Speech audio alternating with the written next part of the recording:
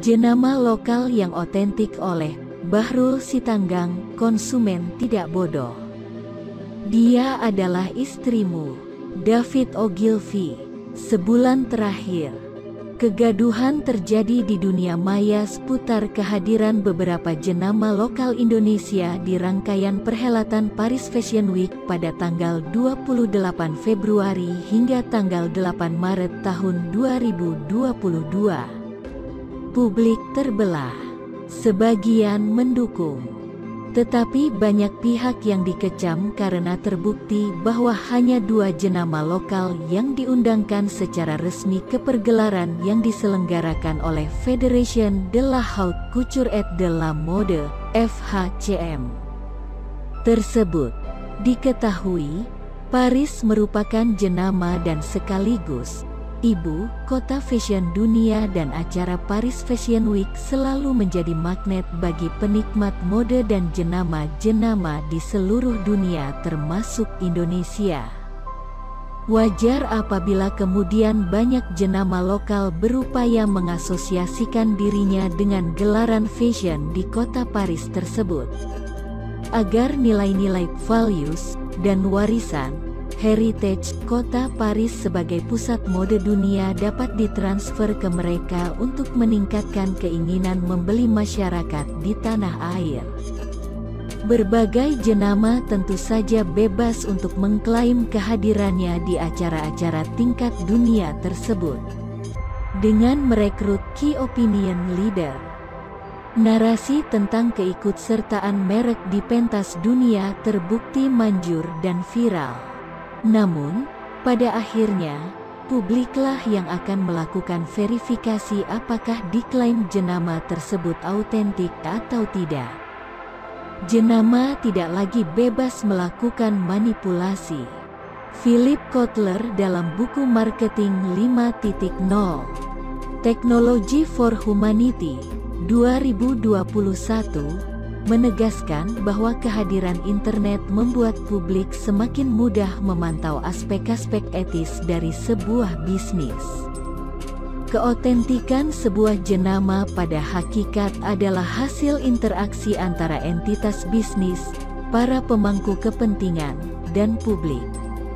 Peran publik semakin penting, tidak lagi pasif sebagai objek kepada siapa barang, jasa yang dijual, tetapi sebagai subjek aktif yang turut mencipta, co-creating, sebuah jenama.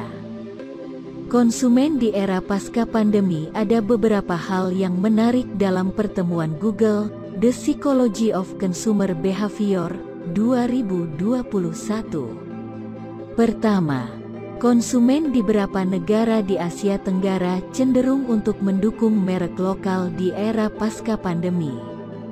Di Indonesia, dukungan konsumen terhadap jenama lokal pun terus menguat meski masih berada di belakang negara-negara tetangga seperti Singapura dan Malaysia. Kedua, laporan tersebut lebih jauh memaparkan bahwa dukungan terhadap jenama lokal tersebut tidak didasarkan pada rasionalitas serta dilakukan dengan mengonsumsi konten berani online. Artinya, kecintaan terhadap jenama lokal emosional yang buta, melainkan tetap melalui pertimbangan rasional dari konsumen, existing dan potensial. Para pemilik merek harus memahami bahwa konsumen saat ini secara aktif menemukan sisi otentik dari jenama dalam bentuk yang paling dasar, yakni konsistensi dan kejujuran. Otentik tidaknya sebuah jenama dapat segera diketahui publik. Apakah klaim yang disampaikan oleh entitas mencerminkan keadaan yang sebenarnya? Jenama cukup untuk menjadi dirinya sendiri yang sejati di hadapan konsumen, tidak perlu overclaim atau underclaim. Menjadi autentik. Kajian tentang nilai autentik berawal dari bidang seni budaya, termasuk fashion, yang menghasilkan karya artisan serta dilakukan dengan proses kurasi yang ketat. Kemudian, Topik tersebut diadopsi oleh ilmu pemasaran di awal tahun 2000 hingga kini konsep otentisitas jenama atau keaslian merek hingga topik penelitian ilmiah yang sangat berkembang saat tidak mudah menjadi jenama yang autentik. Pertama, kualitas dari sebuah jenama yang digunakan tak tergantikan oleh jenama lain. Kedua, jenama harus konsisten dari waktu ke waktu. Ketiga, jenama harus jujur, menjadi jujur terhadap diri sendiri dan publik.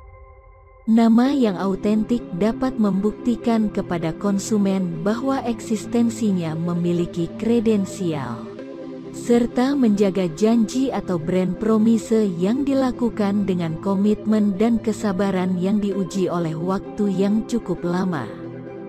Menjadi autentik adalah kewajiban bagi setiap jenama saat ini jika ingin bertahan. Jika dikelola dengan baik, otentitas sebuah jenama akan menjadi rute alternatif yang dijanjikan untuk meningkatkan keinginan membeli dari konsumen. Sebaliknya, otentisitas jenama akan berakibat pada tergerusnya eksistensi merek itu sendiri di mata konsumen. Perlu upaya yang serius dari sejumlah pihak untuk mendorong jenama-jenama lokal yang autentik. Pemerintah melalui beberapa kementerian, lembaga telah memberikan perhatian besar bagi kemajuan jenama lokal. Presiden Joko Widodo meresmikan Gerakan Nasional Bangga Buatan Indonesia, Genas BBI, pada tanggal 14 Mei tahun 2020 untuk mendorong masyarakat membeli produk-produk buatan UMKM dan ultramikro lokal demi keberlangsungan selama pandemi COVID-19. Sebagai komitmen lanjutan, Presiden Joko Widodo kembali memberikan pengarahan dalam aksi afirmasi Gernas BBI pada tanggal 25 Maret tahun 2022 di Nusa Dua, Bali, yang harus dilihat sebagai momentum kebangkitan jenama lokal yang otentik.